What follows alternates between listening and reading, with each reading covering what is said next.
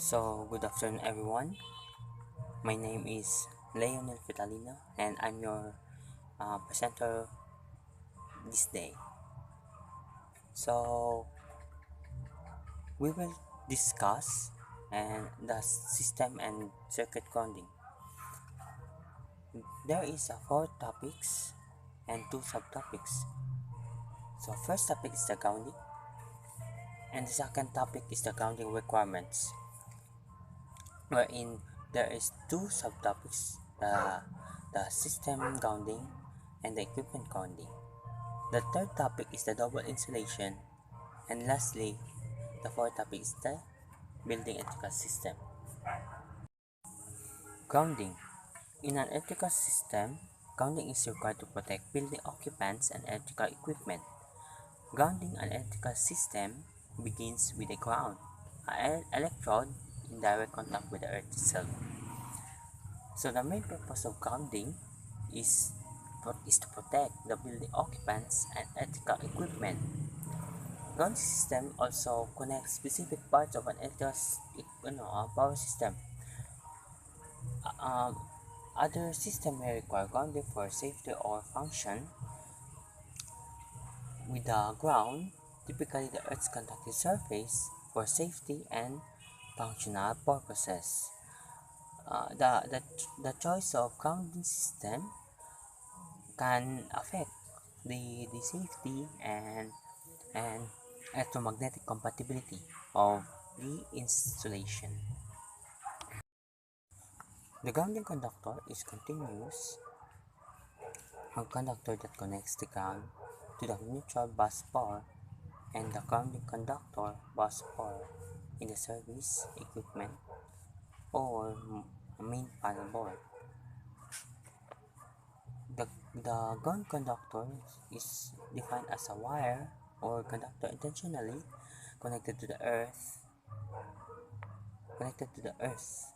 In most cases, the ground wire is connected with case or outer part of an electrical box, appliances, or tools.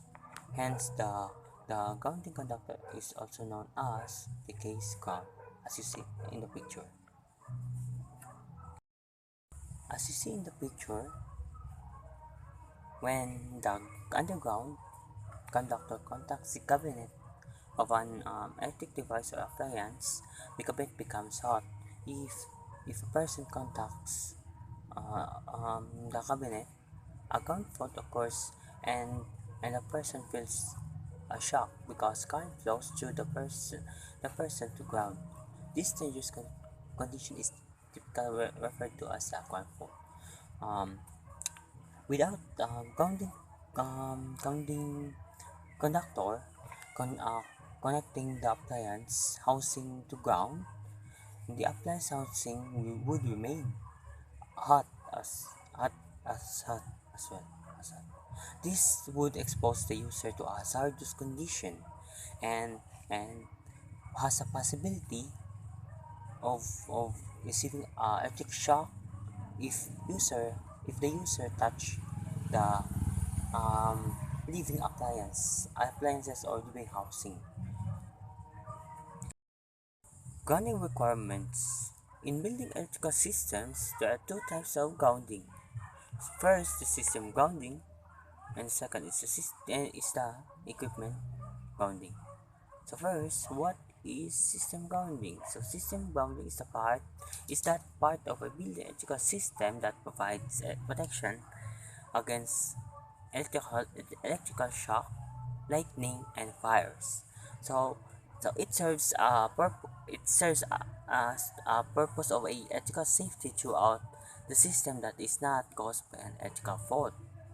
So its main purpose is to prevent static buildup and to protect against power surges caused by nearby lightning strikes or switching.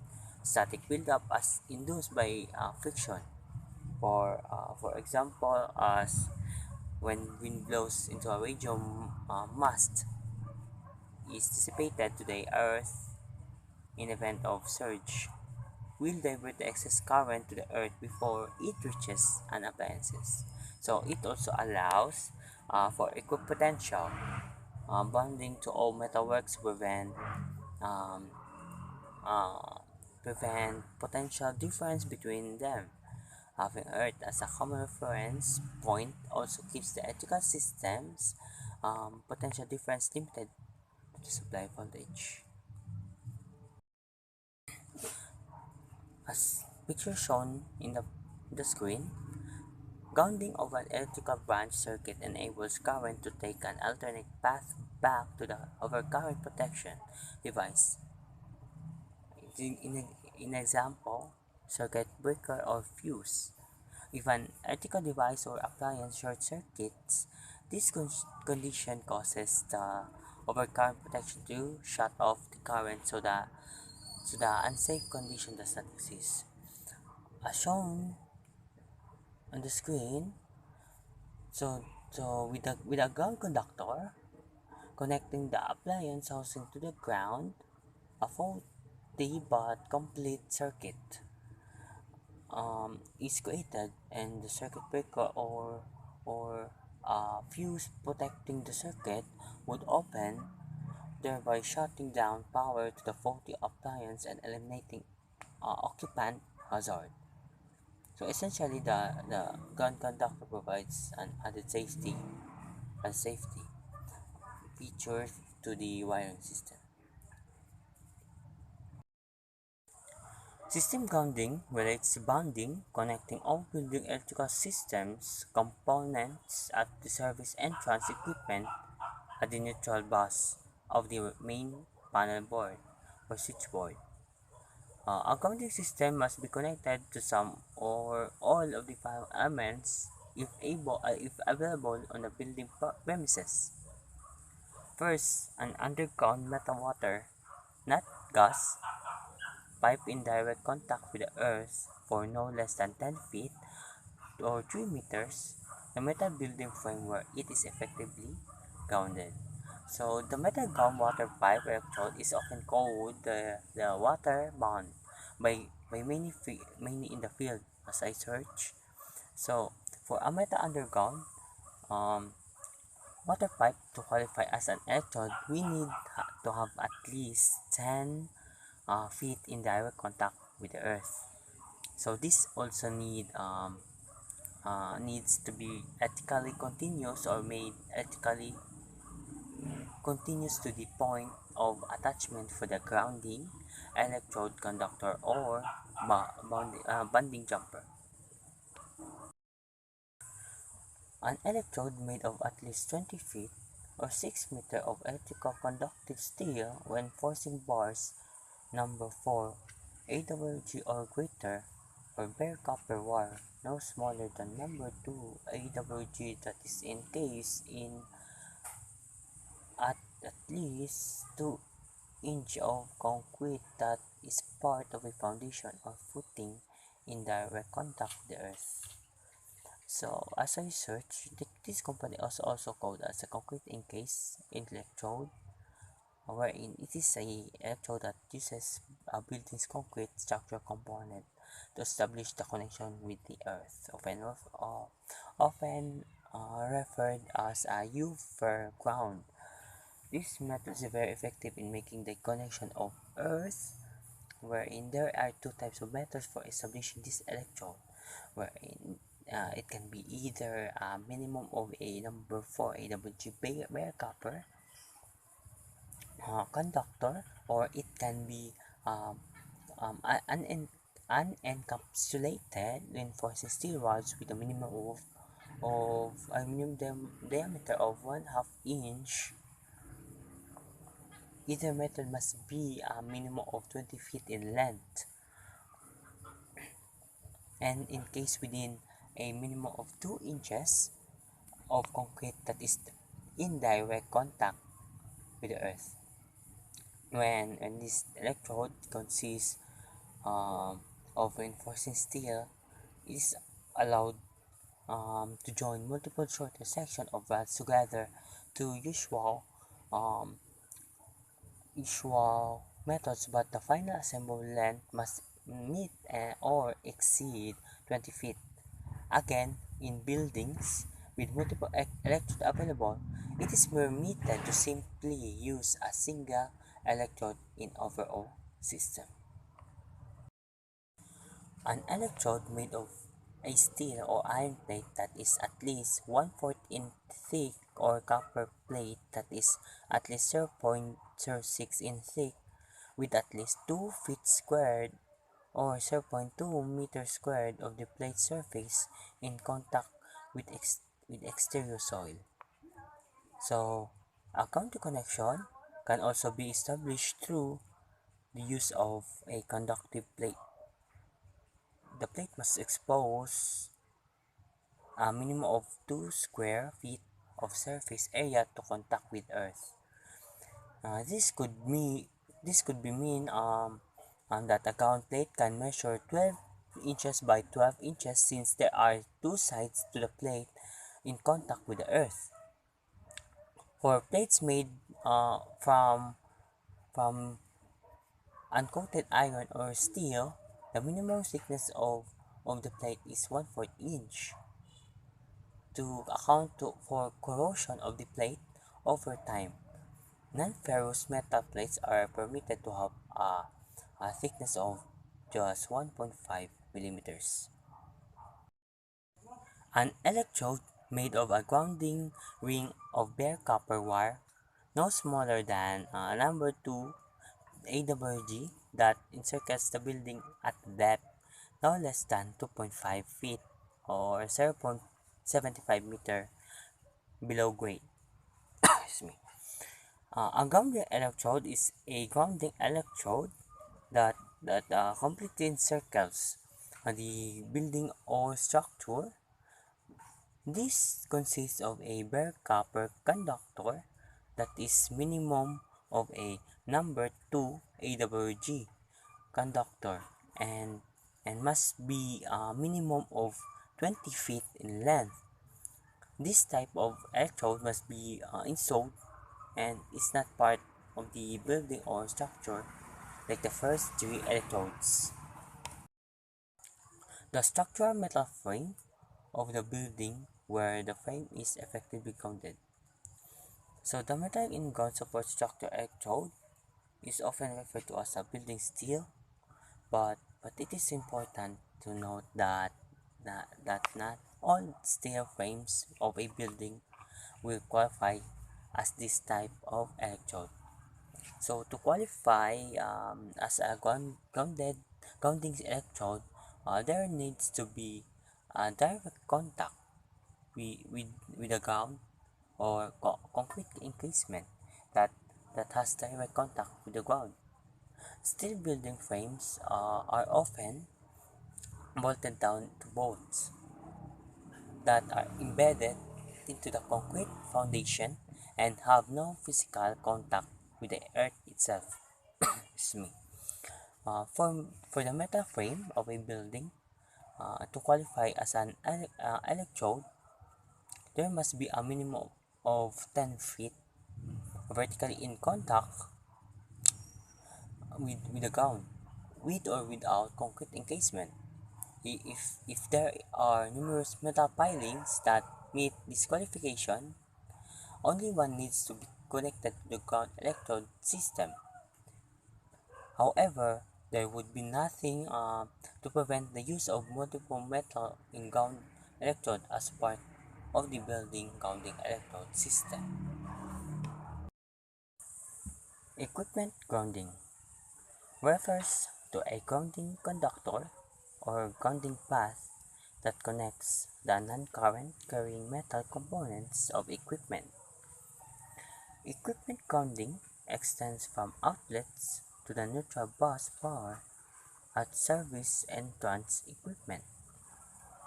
The equipment grounding conductor is a bare conductor or green-colored or a green-colored insulated conductor that connects bonds, the outlet boxes, metallic raceways, other enclosures and frames on motors, appliances, and electrical equipment.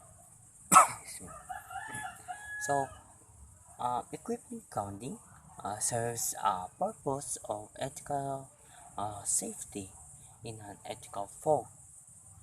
Its main purpose is to prevent equipment damage and risk of an electric shock. This type of grounding is not an earth connection. Technically speaking, when current flows from a line conductor to an earth wire, as is the case when a line conductor makes contact with an earthed surface in a appliance, an automatic disconnection of supply device such as a circuit breaker will automatically open the circuit to clear the fault. Bonding is accomplished by installing an additional grounding conductor or by permanently joining metal components in a circuit. When joining components to form a good bond, special connections called bonding jumpers may be required to ensure a good connection between the metal components. So the bonding is a permanent joining of metallic parts to form electrically conductive path that continues that ensure electrical continuity and the capacity to conduct um, safely any current likely to be imposed. So the purpose of bonding is to establish an effective path for fault current that facilitates the operation of the overcurrent protective device. Bonding jumpers are required in an instances when flexible conduit is used. Bonding jumper is a reliable conductor to ensure that required electrical conductivity between metal parts required to be electrically connected. Both concentric and eccentric type knockouts can impair the electrical conductivity between metal parts and may actually introduce unnecessary impedance into the grounding path. Installing bonding jumpers is one method often used between metal raceways and metal parts to ensure electrical conductivity.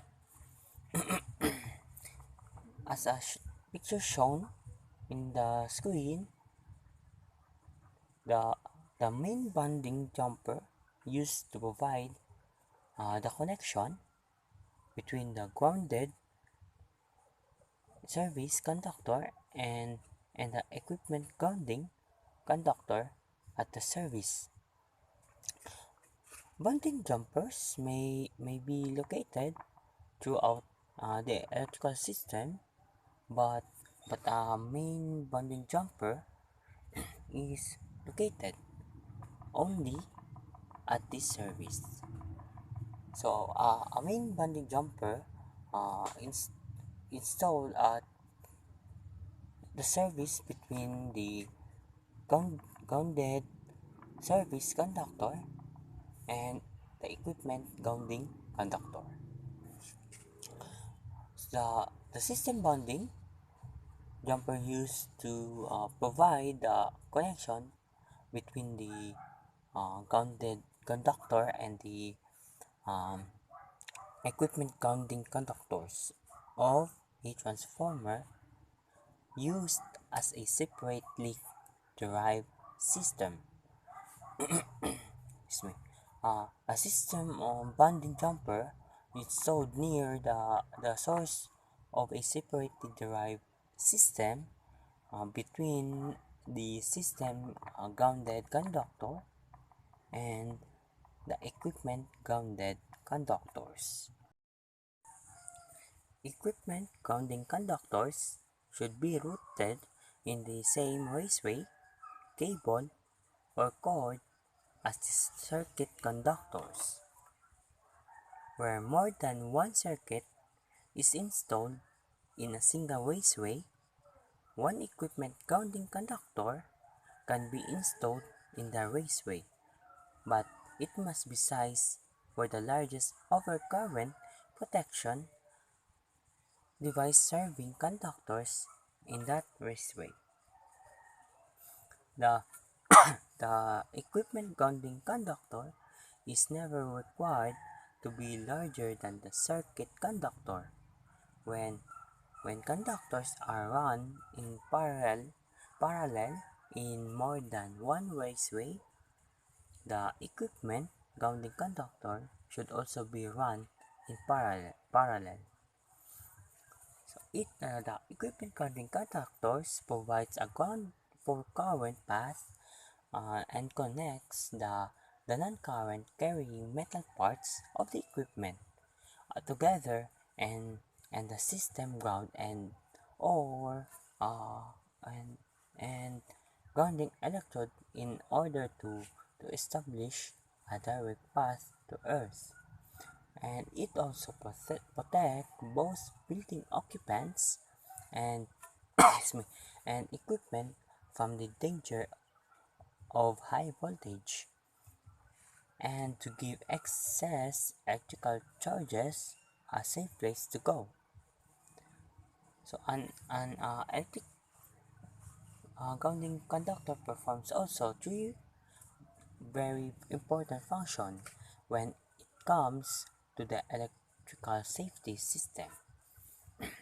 So it creates a path for electricity to follow, bonds equipment together, and keeps electrical events in check. An electrical grounding conductor is a metal wire, uh, metal bar, or a similar item that performs as a conductor that connects equipment to the earth via uh, grounding electrode. To ground equipment, connect the metal parts to each piece that don't carry current together and then connect this to the system grounding conductor. The grounding electrode conductor um, or both. The live wire, which carries the current during normal condition, is typically connected to the earth, so the electricity will dissipate into the ground, effectively grounding the equipment. System bonding jumpers are located near the source of the separate derived system. A system bonding jumper is used at the derived system if derived system contains a grounded conductor. Like the main bonding jumper at the service equipment, the system bonding jumper provides the necessary link between the grounding conductors and the system grounded conductor in order to establish an effective path for ground fault current. Where more than one circuit is installed in a single raceway, one equipment grounding conductor can be installed in the raceway, but it must be sized for the largest overcurrent protection device serving conductors in that raceway. The equipment grounding conductor is never required to be larger than the circuit conductor. When conductors are run in parallel in more than one raceway, the equipment grounding conductor should also be run in parallel. Double insulation. Double insulation of an appliance or power tool protects the user from electric shock by creating a non-conducting barrier between the user and the electric components inside the appliance or tool. An appliance or excuse me, or tool that is double insulated has two levels of excuse me, insulating materials between the electrical parts of the appliance and any parts on the outside that can be touched by the user. If if the first layer of insulation fails, the second layer provides protection. So suppose an electric appliance has an insulation failure. So when one layer of insulation um, is breached, the second layer keeps the user from receiving excuse me, receiving an electrical shock, possibly being electrocuted. Double insulation may also remove the requirement for a ground connection. If a single layer of insulation is used and the insulation fails, causing a short to the casing, then grounding the case causes a short to ground, which trips the breaker. Small appliances and power tools with double insulation are not required to have a grounding conductor. That is, they are allowed to have a two-prong plug. The primary difference between an appliance with three-prong plug and appliance with two-prong plug is the appliance casing. The difference between those two outlets is that the three-prong plug has a ground wire for increasing uh, the safety of the user, while the two-prong plug outlet doesn't have the additional ground wire. So a ground wire is a wire that can act as a shortcut for delivering any surge of electricity to the ground safely. Every outlet has a hot and also neutral wire. The hot wire will deliver electricity to the outlet, and the neutral wire will send the electricity back to the electrical panel. So both kinds of outlet feature hot and neutral wires, but the big difference that three-prong outlets have a grounding wire while two-prong outlets don't have one. Since three-prong outlets feature this grounding wire, they're much safer than the two-prong outlets. System design begins with selection of a build system voltage, which is dependent on sizes and types of the connected loads. Utilities mirror the building local codes and ordinances, economics, and safety. Amperage determines conductor size, and higher voltage mean lower amperage, which allows use of smaller conductors. So it is more economically to distribute power at a high voltage. So larger insulation have greater power requirements and thus require higher building system voltages. A smaller installations such as residences use lower voltage system to avoid exposing occupants to safety issues related to high voltages. So that's all guys. Thank you for listening and have a good day.